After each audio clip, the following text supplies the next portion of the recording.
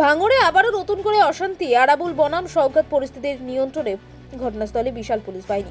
ভাঙড়ে আবারও নতুন করে অশান্তির। আরাবুল বনাম শওকতের নতুন করে অশান্তি শুরু হলো। বৃহস্পতিবার ভাঙড়ে 2 নম্বর বিডিও অফিসে যখন আরাবুল ইসলাম পৌঁছায়, তখন শওকত মোল্লা ঘনিষ্ঠ নেতা আহসান মোল্লার অনুগামীরা আরাবুল ইসলামকে ভিড়ে বিক্ষোভ দেখায়। এখন আরাবুল এবং শওকত মোল্লার অনুগামীরা একে অপরের সঙ্গে উত্তপ্ত বাক্য বিনিময় করে এরপর গন্ডগোল শুরু করে। গন্ডগোলের খবর পেয়ে ঘটনাস্থলে পৌঁছায় উত্তর কাশীপুর থানার পুলিশ এবং পোলেরহাট থানার পুলিশ। পরিস্থিতি নিয়ন্ত্রণে আনতে পুলিশের পক্ষ থেকে লাঠিচার্জ করা হয়। আরাবুল মোল্লা এবং শওকত মোল্লার অনুগামীদের ছত্রভঙ্গ করা হয়। এই ঘটনাকে কেন্দ্র করে চাপা উত্তেজনা ছড়িয়েছে গোটা এলাকায়। পরিস্থিতি নিয়ন্ত্রণে আনতে মোতায়েন করা হয়েছে পুলিশ বাহিনী গোটা এলাকায়। পরিস্থিতি এই বিষয়ে শওকত মোল্লার অনুগামী পঞ্চায়েত সমিতির বন ও ভূমির কর্মাধ্যক্ষ আহসান মোল্লা জানিয়েছেন যে, আমি ভাঙড় 2 নম্বর ব্লকে এসে আমার কাজ শেষ করে আগামী 19 জানুয়ারি ভগবানপুর অঞ্চলে কর্মী বৈঠক সংক্রান্ত বিষয় নিয়ে একটি বৈঠক ছিল। আমি যখন ভাঙড়ে 2 নম্বর ব্লকের রেজিস্ট্রি অফিসের কাজ শেষ করে বিডিও অফিসে আসি, সেই সময় আরাবুল এবং আরাবুলের ছেলে আমাকে নোংরা ভাষায় গালিগালাজ করে এবং আমাকে মারার জন্য উদ্যোগী হয় আরাবুলের অনুগামীরা। কলকাতা পুলিশকে ধন্যবাদ জানাই, আমাকে উদ্ধার করেছে ওই পরিস্থিতি থেকে, না হলে আমাকে প্রাণে মেরে দিত ওরা। আমরা কোনো লোকজন নিয়ে আসিনি। বিডিও অফিস চত্বরে সিসিটিভি ক্যামেরা রয়েছে, আপনারাই সেই সিসিটিভি ফুটেজ নিয়ে দেখে নিতে পারেন। সিসিটিভি ক্যামেরা চেক করলে সত্যতা প্রমাণ পাওয়া যাবে। যদিও বাহারুল ইসলাম আরাবুলের ইসলামের ছেলে এবং পঞ্চায়েত সমিতির কর্মাধ্যক্ষ, তিনি দাবি করেন সমস্ত কিছু ঠিকঠাক চলছিল। তা ভাঙড় 1 নম্বর ব্লক থেকে কিছু বহিরাগত এসে আমাদেরকে কটূক্তি করে এবং গালিগালাজ করেছে। আমাদের কর্মী সমর্থকরা এই বিষয়ে প্রতিবাদ জানিয়েছে। বহিরাগতরা এসে এখানে ঝামেলার পরিস্থিতি তৈরি করছে। বহিরাগতরা এসে এখানে যত কুখ্যাত দুষ্কৃতী তাদের মধ্যে অশান্তির চেষ্টা করছে। আমরা প্রশাসনকে সমস্ত জানিয়েছি এবং প্রশাসন যথাযথ ব্যবস্থা নিচ্ছে। এ বিষয়ে সাবিরুল ইসলাম শওকত মোল্লার অনুগামী এবং ভাঙড় কলেজের ছাত্র পরিষদের মধ্যে দিয়ে সভাপতি, তিনি আরও জানান, আমরা বহিরাগত নই। ভাঙড় 2 নম্বর ব্লক এবং ভাঙড় বাজার, এটা হচ্ছে অবিভক্ত ভাঙড়। এটা কোনো অন্য রাজ্য কিংবা অন্য রাষ্ট্র তা নয়। আমাদের প্রয়োজন থাকলে আমরা আসতেই পারি, এটার কৈফত আমাকে কাউকে দিতে হবে না। ভাঙড় 2 নম্বর ব্লক, এটা কি আরাবুল ইসলামের পৈতৃক সম্পত্তি? এখানে এলে কি আমাদেরকে ওনাকে জবাবদিহি করতে হবে? এটা কোনো সংবিধানে লেখা নেই। আমাদের প্রয়োজন ছিল, তাই এসেছি। উনি একজন ক্রিমিনাল। উনি দুষ্কৃতীদের নিয়ে ভাঙড় 2 নম্বর ব্লকের সামনে টেবিল খাটিয়ে বসে রয়েছে। সাধারণ মানুষ তাদের নিজেদের প্রয়োজন মেটানোর জন্য ব্লকে আসবে, কিন্তু ক্রিমিনাল কেন বসে রয়েছে? আরাবুল ইসলাম এখানে গুন্ডামি করছে। পুলিশ বিহারি নামে একজনকে গ্রেপ্তার করেছে, বিখ্যাত বিহারি কুখ্যাত একজন দুষ্কৃতী। এর দ্বারা প্রমাণ হয় যে আরাবুল ইসলাম কুখ্যাত দুষ্কৃতীদের নিয়ে বসে থাকে। আদালতের নির্দেশকে আমরা সম্মান জানাই এবং প্রশাসনকে আমরা সম্মান জানাই। নিশ্চিতভাবে এই বিষয় নিয়ে ভাবনা চিন্তা করা উচিত ওনাদের। সব কিছুই ঠিকঠাক চলছে, এখানে কোনো রকমের সমস্যা নেই। কিছু আজকে হঠাৎ করে বহিরাগত ভাঙড় 1 নম্বর ব্লক থেকে তারা এসে আমাদের পঞ্চায়েত সমিতির সভাপতি সাহেব, তিনি বসে আছেন, তারা কটূক্তি করছে এবং বাজে বাজে ভাষায় গালাগালি করছে। আমাদের ছেলেরা সেটা নিয়ে প্রতিবাদ করেছে। যারা আমাদের পঞ্চায়েতের সদস্য বা বিভিন্ন নেতৃত্বরা বসেছিল, মানে পঞ্চায়েতের সদস্য, পঞ্চায়েত সমিতির সদস্য, তারা বারণ করায় যে গালাগালি করবে না, বারণ করায়। এই নিয়ে তারা উত্তেজিত হয়ে, বহিরাগতরা এসে উত্তেজিত হয়ে বিভিন্ন রকমের গালাগালি, অশ্রাব্য ভাষায় এবং এখানে একটা ঝামেলার পরিবেশ তৈরি করে বহিরাগতদের নিয়ে এসে এখানকার কিছু যারা কুখ্যাত ক্রিমিনাল, তারা অশান্তি করার চেষ্টা করছে। আমরা প্রশাসনকে বলেছি, প্রশাসন যথাযথ ব্যবস্থা নিচ্ছে। এখনও পর্যন্ত বহিরাগতরা পঞ্চায়েত সমিতির মধ্যে আছে। আমরা পুলিশ প্রশাসনকে বলেছি তাদের বিরুদ্ধে ব্যবস্থা নেওয়ার জন্য। এনে আপনি হামলার ছক কষেছিলেন, কি বলবেন এটা নিয়ে? কলেজ থেকে বহিরাগত মানে বুঝলাম না বিষয়টা। কলেজ থেকে এই পঞ্চায়েত সমিতির মধ্যে ছেলেদেরকে এনেছেন এবং সেখানে এসে আরাবুলদের উপর হামলার ছক কষেছেন, আপনি নাকি অভিযোগ হচ্ছে? দেখুন, ভাঙড় ব্লক, ভাঙড় 2 ব্লক এবং ভাঙড় বাজার, এটা হচ্ছে অবিভক্ত ভাঙড়।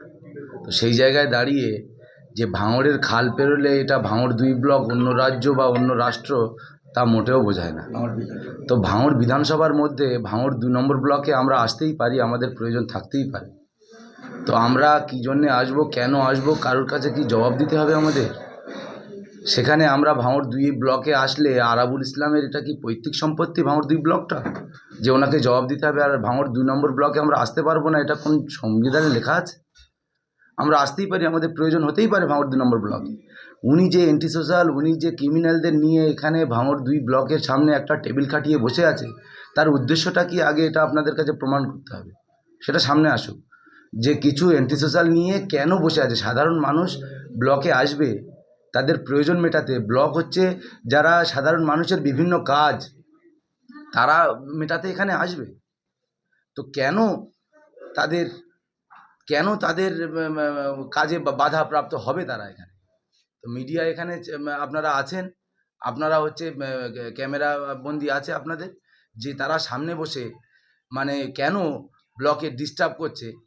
আর এই বিহারির মতো একটা, যে হচ্ছে কামাল তার নাম, সে একটা মোস্ট ওয়ান্টেড ক্রিমিনাল, সেই ক্রিমিনালকে পাশে বসিয়ে রেখে ও হচ্ছে এখানে গুন্ডামি করছে আরাবুল ইসলাম। সেটা আজকে প্রমাণ হলো, পুলিশ তো বিহারিকে অ্যারেস্ট করেছে। তাহলে কেন অ্যারেস্ট করলো? সে মোস্ট ওয়ান্টেড একটা ক্রিমিনাল। আর সেই জায়গায় দাঁড়িয়ে সাধারণ মানুষ ব্লকে আসতে পারছে না। মহামান্য হাইকোর্টের রায়কে আমরা সম্মান জানাই, প্রশাসনকেও সম্মান জানাই, যে নিশ্চিতভাবে এইটা নিয়ে আরেকবার ভাবনা চিন্তা করা উচিত। না, এখানে পুরোটাই ভাঙড় 2 ব্লকের ভিতরে পুরোটাই সিসিটিভি পুরো ঘেরা আছে, ঘেরাটোপের মধ্যে।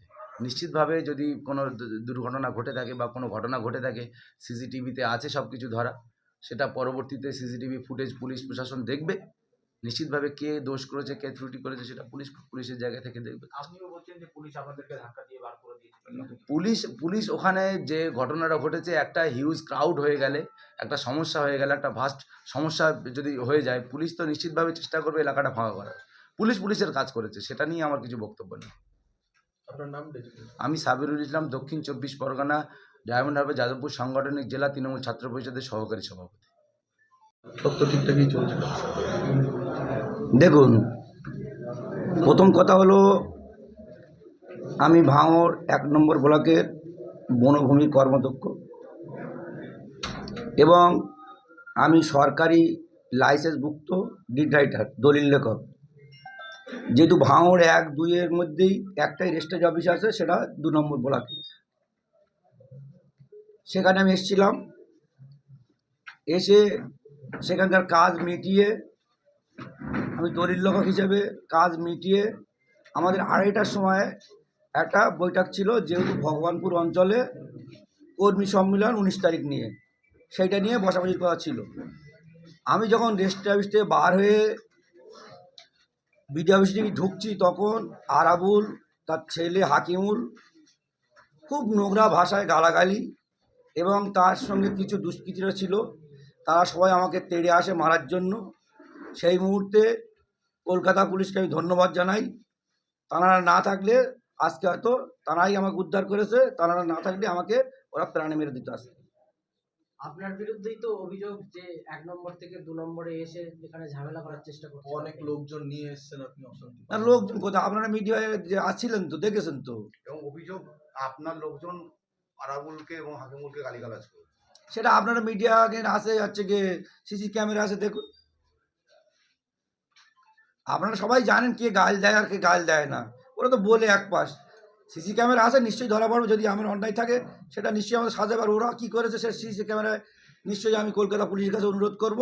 তাই কলকাতা পুলিশের কাছে আমি তাদের ধন্যবাদ জানাই।